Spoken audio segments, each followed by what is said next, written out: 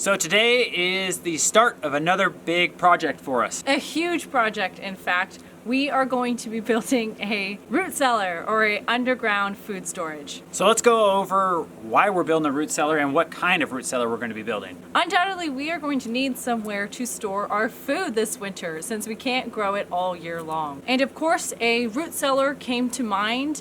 There's lots of ways you can mimic root cellars. I believe traditionally they were built into hillsides and they use the earth and rocks to keep food at a cooler temperature and keep it preserved longer. Now you may be wondering why we can't just store our food or our canned food in our house.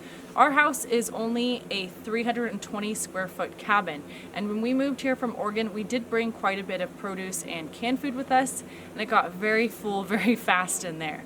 This year I don't know how many cans exactly we're going to be putting up, but I'm guessing well over 1,000.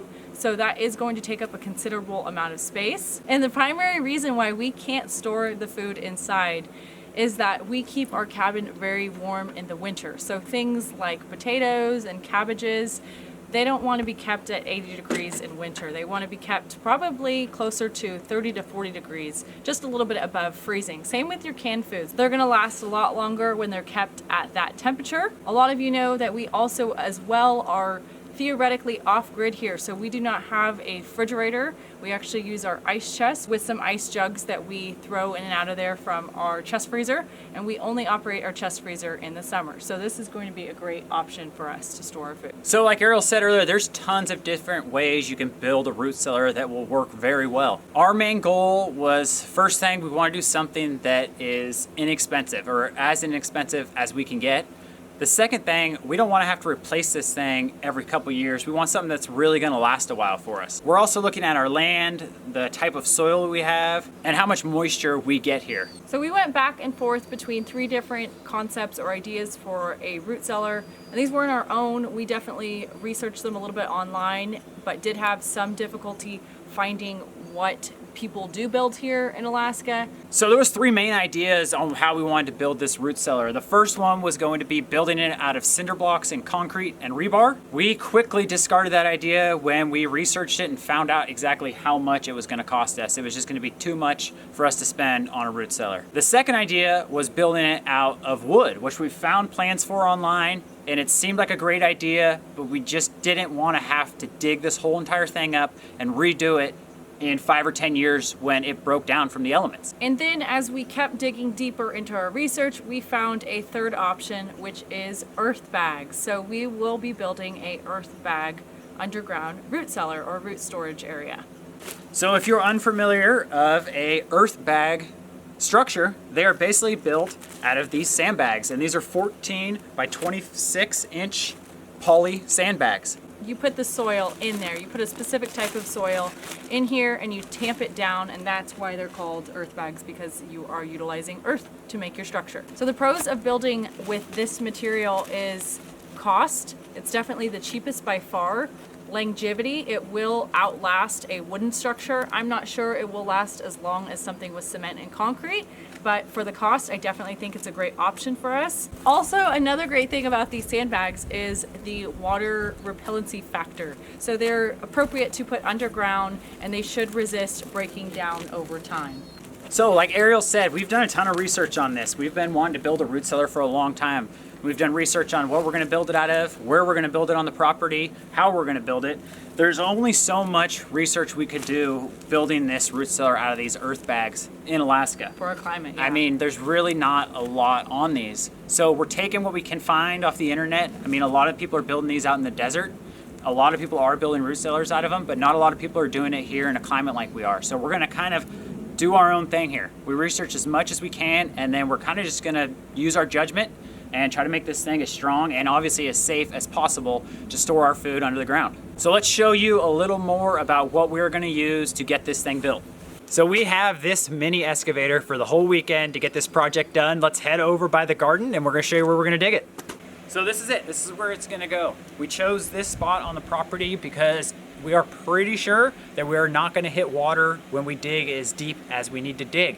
And one of the reasons we did that is our outhouse is pretty close to this area, and that is over 8 feet deep, and there is no water underneath that. So we're hoping when we dig down, we don't hit any water. The next reason we're putting it here is we've dug a few holes on this part of the property, and the earth that is coming out of the ground here is sandier, and that's gonna be perfect for filling our sandbags to build a root cellar out of. So for the size on this thing, we want an 8x8 of usable space. And what that means is we're gonna have to subtract the size of the bags, which are 14 inches wide. And then we're also gonna dig the hole just a little bit wider than that so we can pack the soil in around the sandbags. So we are gonna be digging a 12-foot square. And then on the inside of the root cellar, we want enough room, obviously, to store all of our stuff, and we want enough room where we can stand up in there. So we're gonna make the root cellar a little over 6 feet high. We're gonna be doing some sort of drainage on the bottom, so we're gonna have to consider that when we're digging. We're gonna have to go a little bit deeper, and we're also gonna be putting wood and soil on top. So we're gonna be going about 8 foot deep and then a little bit deeper in the center. And as you can tell by the area we've selected, we don't have a hillside that we can dig this thing into. So we're gonna be putting a small hatch. We're thinking in this corner, not for sure. We're gonna make it small enough that we can just fit down there with canned goods and produce, obviously. We've done some research, and the smaller door we have to get into this thing, the less cold air is gonna get in there and freeze our canned goods and produce. So we've got our square marked out, and we are gonna start digging.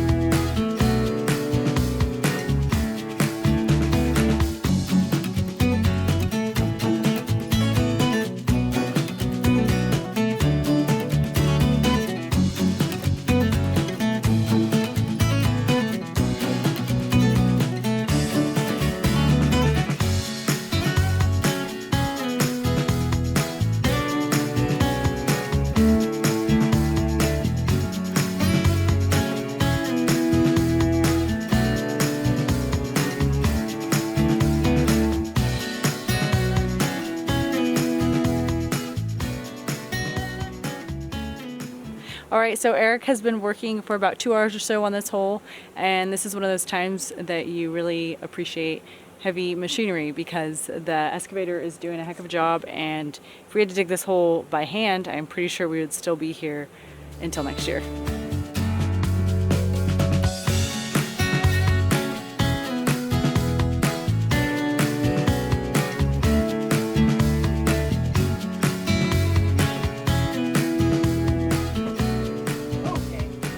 All right, so we are back out in the hole we dug yesterday, and it is the next day. Yesterday, we noticed that when Eric was digging probably closer to about 9.5 feet or the 10-foot mark, we went a little bit deep. We did start to get some water. So we think that's where our water table is, which is pretty shallow. I mean, I'm glad we hit it because we know where it is. But again, this is summer, so it's pretty low right now. And we have to kind of anticipate that it may go up a little bit in the winter. So with that being said, we're going to get down here and kind of measure things out and probably lift the root cellar up just a wee bit. We only needed to go 8 feet down, and we did go a little bit deeper. And I think we're just going to be pushing dirt on the water for now, and hopefully it'll just drain back into the ground over time. So we are going to get going for the day and start by scraping some of the sides and get this hole perfectly square for our root cellar.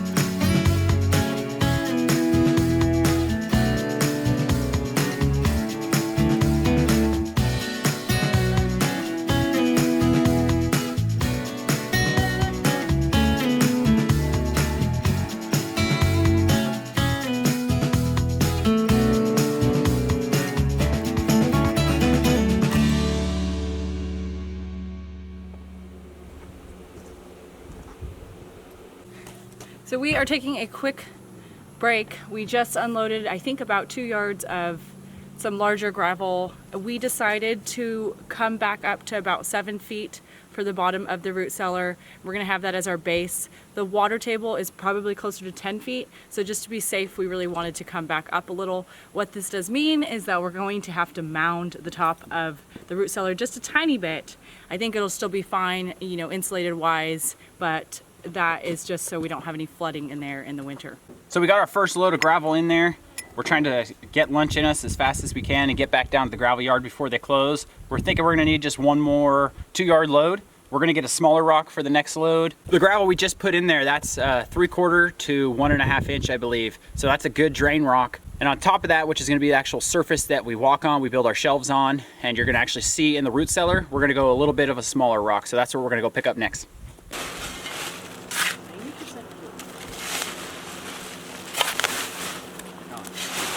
Whoa, when you tamp it, it's like... As if it's a rock, huh? Yeah. Yeah, Well, you want to mimic this, it mimics the soil. Dang, 12 inches. 12 That's inches. awesome. So this is plenty big enough. Yeah. You know what I mean? So this will be, it'll be 8 feet, 10 feet. It'll be good. We'll get 12 feet. So we'll have an extra. We're still going to build an 8x8, right? Yeah.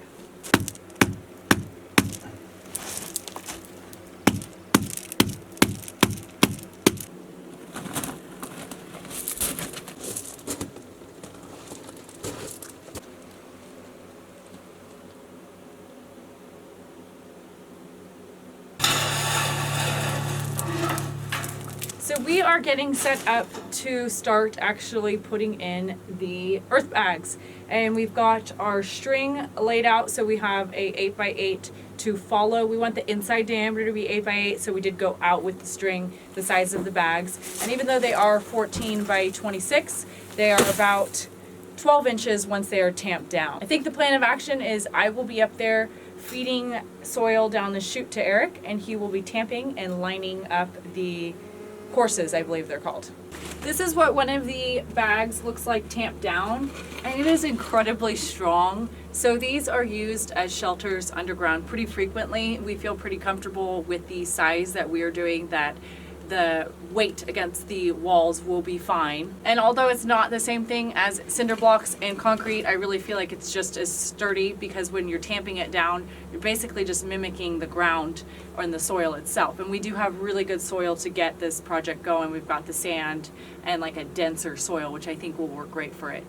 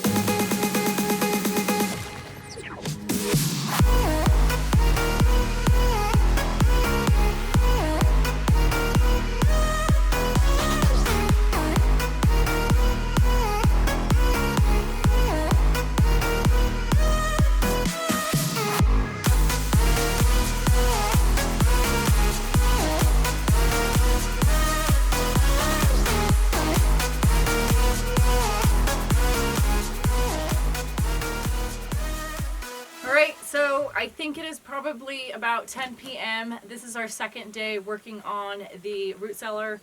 I think we've made pretty good progress. We're going to keep chipping away for a few hours. We are going to wait until tomorrow to put another course down and get our barbed wire down. We're just going to keep chipping away at filling up bags. I think we have a little over 300. We got what was at the stores nearest to us, but we do need to drive a little bit further to go pick up another 300 or so. The project itself should probably take about 600, maybe a little bit more. So it is quite a few bags, but again, it's still a very economical way to build this.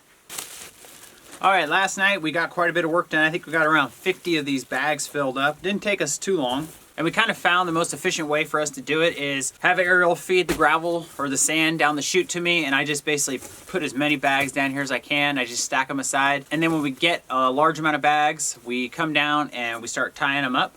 Next thing we're going to be doing is laying down the barbed wire on this layer we already have down, and then getting these bags on top. So we got the 2 strands of barbed wire down that's going to keep these bags from slipping, and we're ready to start working on our second layer.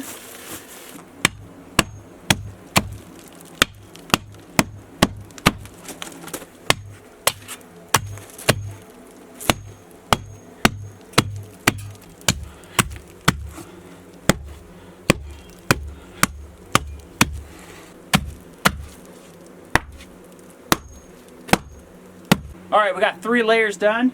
Time to set up the chute again and start filling up some more bags.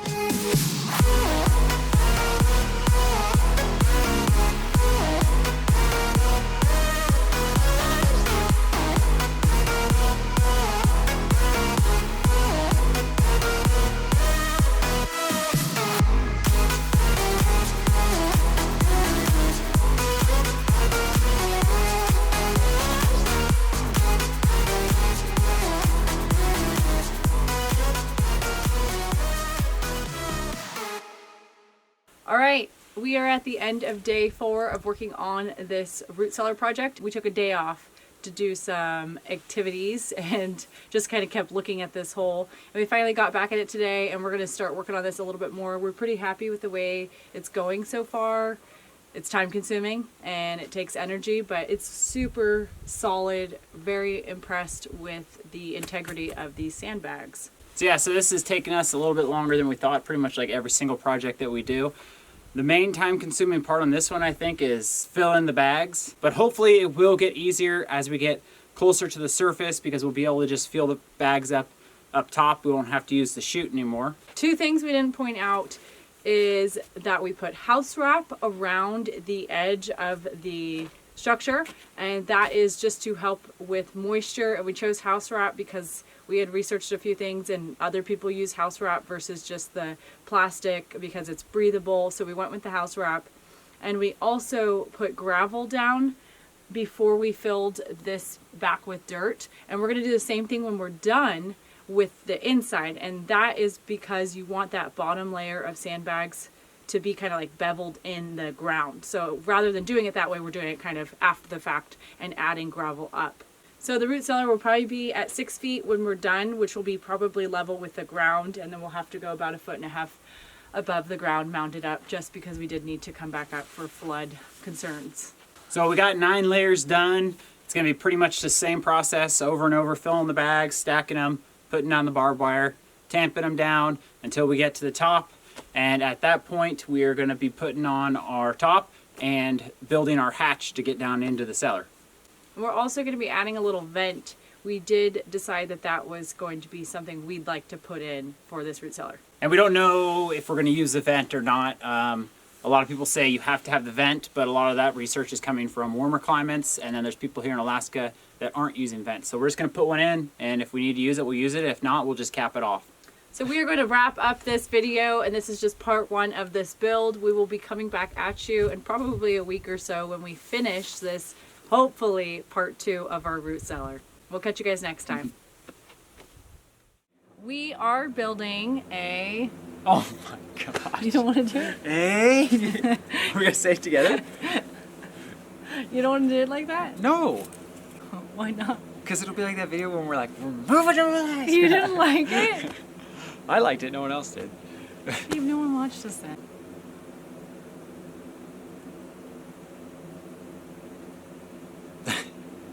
Undoubtedly we are going to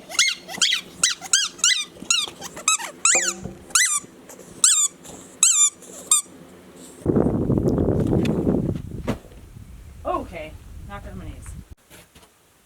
What are you doing, hiding? I don't know.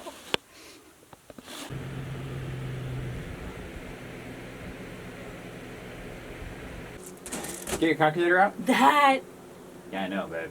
is It's insane. going to make a bomb shelter. That's why I said they're like bulletproof. They're literally like, I don't even think I can move that. I know. Holy smokes! You didn't even tamp it like more. That's literally like concrete on the ground.